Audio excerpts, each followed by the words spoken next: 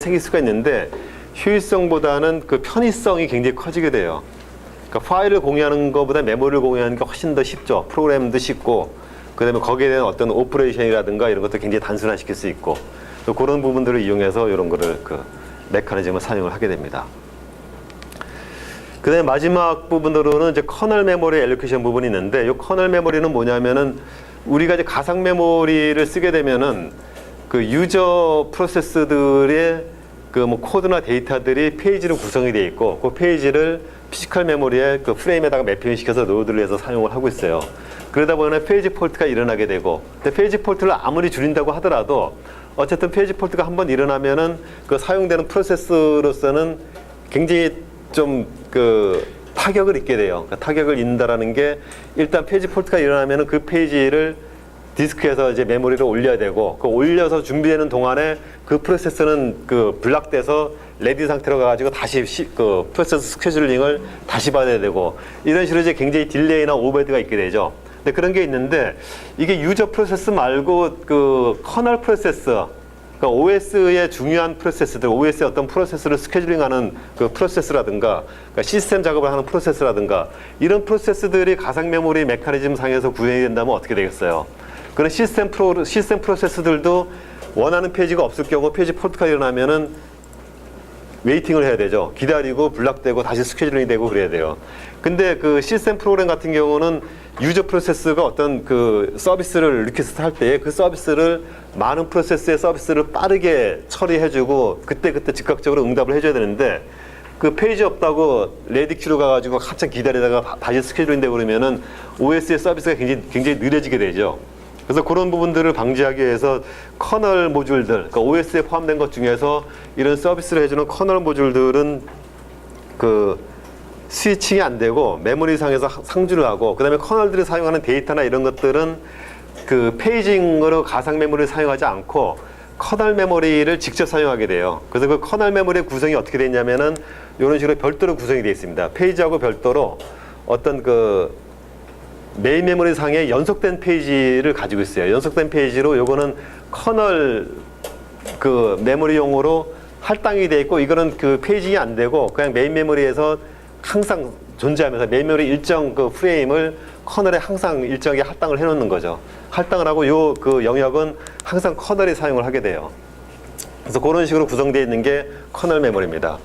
근데 이 커널 메모리를 일반 페이지처럼 운영을 하게 되면은, 페이지라는 거는 어떤 일정한 사이즈로 크기로 이렇게 딱 구분이 되어 있는 거죠. 크기로 이렇게 잘라져 있다 보니까 커널이 사용하는 데이터들은 사이즈가 굉장히 다양해요. 굉장히 작은 것도 있고 큰 것도 있고. 근데 그런 것들을 페이지에다가 매핑을 해서 하게 되면은, 페이지가 예를 들어서 4K짜리인데 한 뭐 몇백 바이트밖에 안 되는 데이터를 쓰기 위해서 하나의 페이지를 할당받는다든가 이런 식으로 되면은 낭비되는 요인도 많고, 그 다음에 그거 자체적으로 또 어느 페이지에 할당되어 있는지 이런 것들을 관리를 해야 되니까 거기에 대한 오버헤드들이 좀 있을 수가 있어요. 그래서 그 커널 메모리는 일반적인 페이징 방법 말고 다른 방법을 사용해서 효율적으로 사용하기 위한 그런 방법들을 사용합니다. 근데 크게 두 가지, 대표적인 게 두 가지 방법이 있는데, 그 중에 한 가지 방법이 이 버디 시스템이라는 방법을 쓰고 있어요. 그래서 이 버디 시스템은 굉장히 단순하면서도 이렇게 좀 특이하게 해놨는데, 어떻게 되냐면은, 만약에 이 커널 쪽에 할당된 그 메모리의 커널 페이지가 256KB 그러면은 이거를 두 개로 쪼개요. 두 개로 쪼개면은 128개짜리 블락 두 개가 되죠.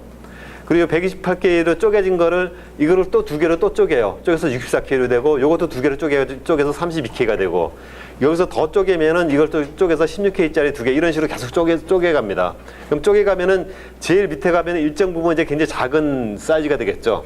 그래서 만약에 최종적으로 쪼개진 게 32K다 그러면은 요 32K를 최소 공간으로 해가지고 여기다가 그 데이터 할당을 해주는 거예요. 그러면은 예를 들어서 아까 한 그 10K짜리 데이터를 쓰기 위해서 뭐 4K짜리, 아니 뭐 그 한 100바이트짜리 데이터를 쓰기 위해서 4K짜리 페이지를 할당받는다든가 이런 게 아니고, 이런 식으로 쪼개져 있는 그 뭐 최소 K가 32K다 그러면은 32K짜리를 할당받는 거죠. 그래서 여기다 이 데이터에다가 커널 데이터가 그 할당을 해서 요거를 직접 쓰게 돼요. 그래서 이런 식으로 쓰게 되면은 다이렉트로 메모리가 이제 할당돼서 특정 위치에 그 데이터를 넣고 쓸 수가 있기 때문에 일단 속도는 빨라요. 속도는 빠른데 여기도 어떤 문제가 있냐면 이제 단점이 단편화 문제가 발생을 하게 돼요.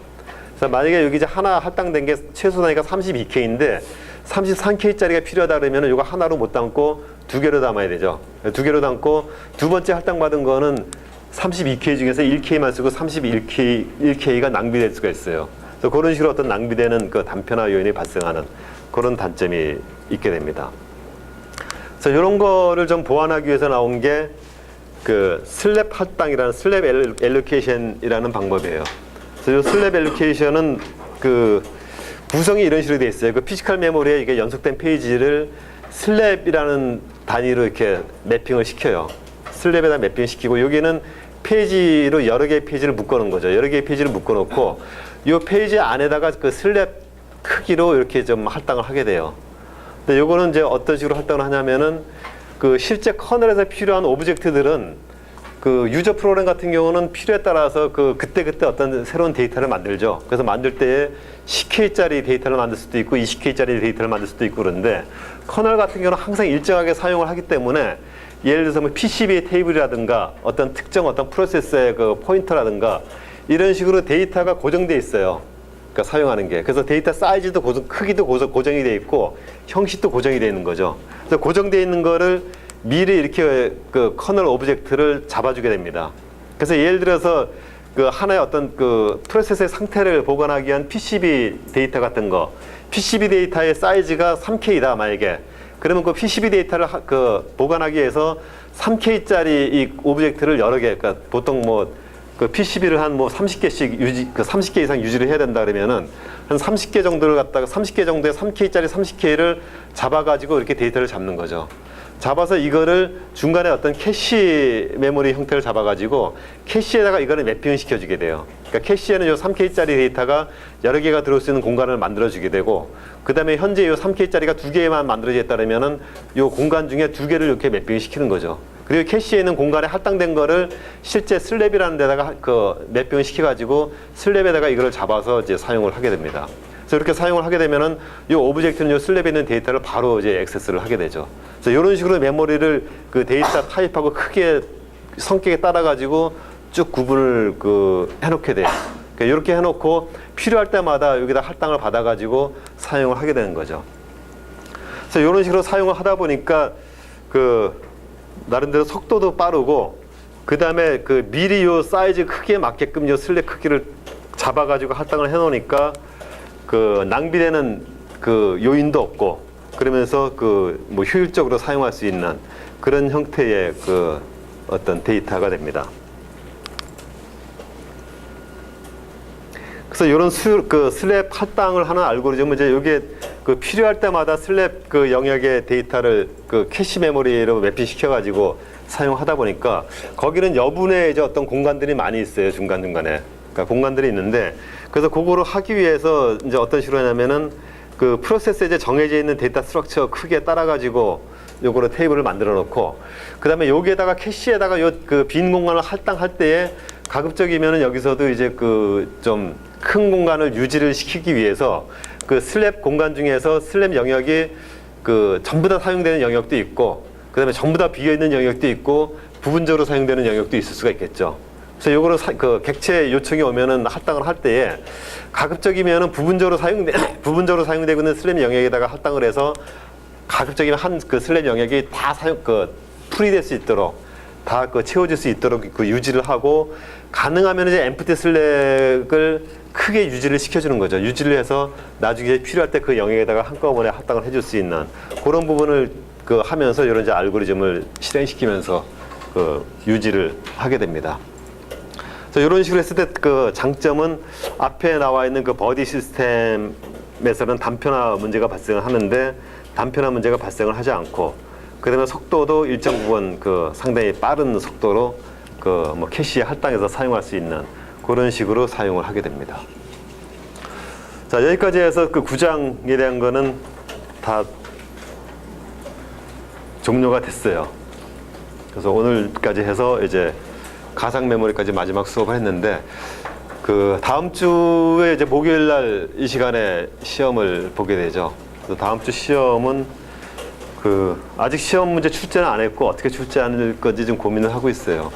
그래서 뭐 의견을 주면은 그거 반영해서 좀 출제를 하도록 하고, 시험 범위는 우리가 그 중간고사를 1장부터 4장까지로 했죠. 그래서 5장부터 이제 9장까지가 되는 거죠, 기말고사가. 그 5장부터 9장까지 하는 게 좋겠어요? 아니면은 1장부터 4장을 포함해서 전체로 하는 게 좋을까요? 5장부터 9장까지 하는 걸로. 네. 5장부터 9장까지 시험 범위를 하고 그러면은, 그리고 시험 범위는 요 강의 슬라이드에 나온 내용들이, 주요 내용들은 대부분 다 담고 있는데, 강의 슬라이드 외에 이제 교과서 텍스트북에 나오는 내용들에 빠진 부분들도 있어요. 그래서 그 부분은 포함을 할까요, 말까요?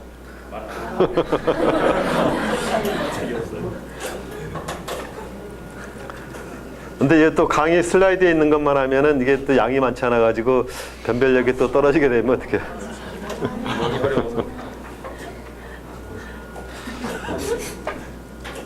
그러면은 일단 그 강의 슬라이드에서 커버하는 내용을 한 뭐 90% 이상까지는 맞출게요.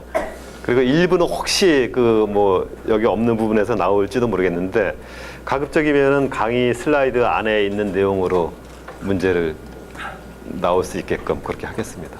혹시 공부하다가 이 강의 슬라이드 있는 내용 다 보고 시간이 좀 남는다 그러면 한번 텍스트북 한번 읽어보세요. 자, 그리고 뭐 그 시험 문제 출제할 때 뭐 이런 부분 좀 해줬으면 좋겠다라고 좀 제안하고 싶은 거 있으면 좀 얘기 좀 해보죠. 중간고사는 출제 유형 아, 좀 다르게 하려고 그래.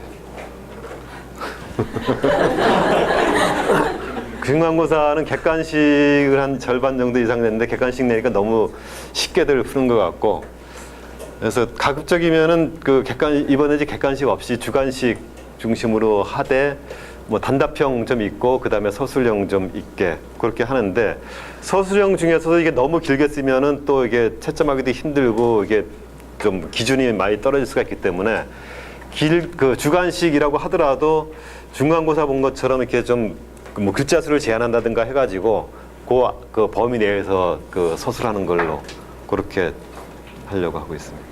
범위가 너무 많아서 그런데 문제 같은 거 단답형으로 몇 개 내시는지 이런 거 써서 불러주시면. 아직 출제를 안 해서 몇 개 낼지 모르겠는데. 네, 어쨌든 하여간에 그 문제 그 양도 얼마를 낼지 아직 그 뭐 좀 고민을 하고 있는데, 일단은 중간고사는 너무 이렇게 좀 뭐 대체적으로 쉽게 나온 것 같고, 그거보다는 난이도를 좀 높일 거고, 그렇다고 해서 또 너무 어렵게 내지는 않고, 나름대로 강의 슬라이드를 충실히 본 경우에는 뭐 한 80% 이상은 충분히 풀 수 있는 수준으로 그렇게 맞춰서 한번 하도록 하겠습니다.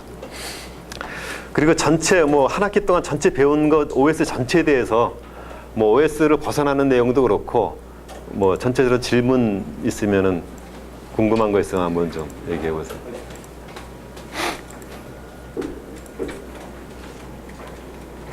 없어요?